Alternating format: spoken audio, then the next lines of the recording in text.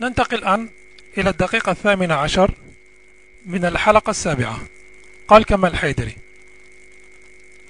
فرائض الصمتين في فضائل المرتضى والبتول والسبطين والأئمة من ذريتهم، تأليف شيخ الإسلام المحدث الكبير إبراهيم المؤيد فلان الحمويني المحمد الجويني الخراساني، من أعلام القرن السابع والثامن، المتوفى 730 من الهجرة، مؤسسة المحمودي للطباعة والنشر، بيروت لبنان.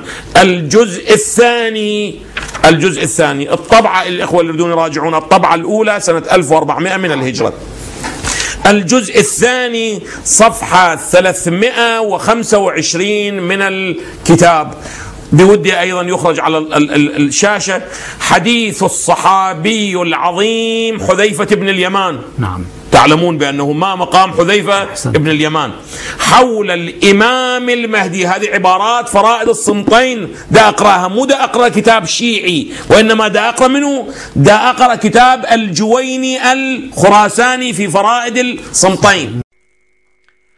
الرد على هذا البهتان من وجوه: أولا، أن هناك عدة من العلماء يشتركون في لقب الجويني، وهم موسى بن العباس الجويني المتوفى سنة 323 والملقب بشيخ الإسلام، عبد الله بن يوسف بن عبد الله المتوفى سنة 438 للهجرة، عبد الملك بن عبد الله بن يوسف الجويني المتوفى سنة 478 للهجرة والملقب بإمام الحرمين، إبراهيم بن محمد الجويني المتوفى سنة 730 وهو صاحب فرائض الصمتين.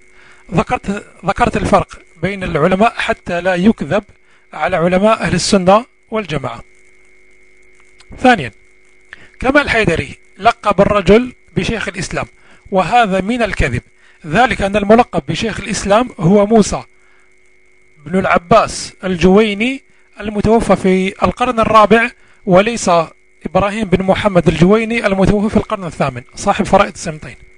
ثالثا، حتى تتضح الأمور، في بعض المصادر الاثني عشرية يلقبونه الجويني، وفي مصادر أخرى يلقبونه الحمويني. في كل الأحوال نحن نقصد إبراهيم بن محمد صاحب كتاب فرائض الصمتين. أما مصادر أهل السنة والجماعة فيسمى الجويني، ولا وجود لهذه الفوضى. رابعا، قول كمال الحيدري المحدث الكبير، جاز لنا نسأل: منذ متى كان إبراهيم بن محمد الجويني محدث كبير؟ والإمام الذهبي يقول: شيخ خراسان كان حاطب ليل، يعني في رواية الحديث جمع أحاديث ثنائيات وثلاثيات ورباعيات من الأباطيل المكذوبة. وهذا في كتاب الأعلام لخير الدين الزركلي الجزء الأول صفحة 63.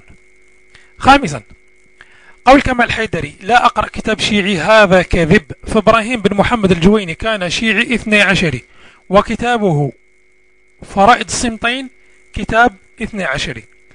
والدليل يقول مجمع الفكر الإسلامي يصنف كتاب فرائض الصمتين ضمن كتب الاثني عشرية، فيقول: إبراهيم بن محمد الحمويني الجويني 664 722، عالم بالحديث من شيوخ خراسان، لقب بصدر الدين، رحل المتقصين للحديث إلى العراق والشام والحجاز وتبريز وأمل وبطبرستان والقدس وكربلاء وقزوين وغيرها من مشايخه سديد الدين يوسف ابن المطهر الحلي،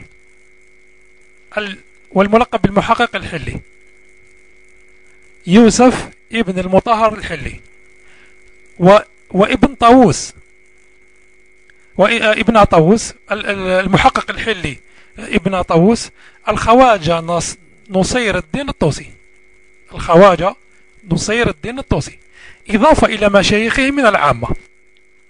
من تلاميذه شمس الدين الذهبي، أسلم على يديه غازان الملك، توفي في العراق، توفي بالعراق.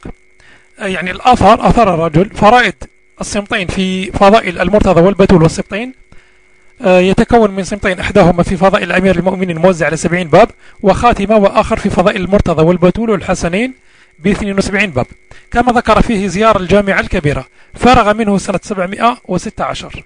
وهذا في موسوعة مؤلفي الإمامية، نعيد: موسوعة مؤلفي الإمامية، مجمع الفقه الإسلامي الجزء الأول صفحة 379. من العجب العجب أن ينسب كمال الحيدري إبراهيم بن محمد الجويني لأهل السنة والجماعة وهو يعلم أنه 12 عشري.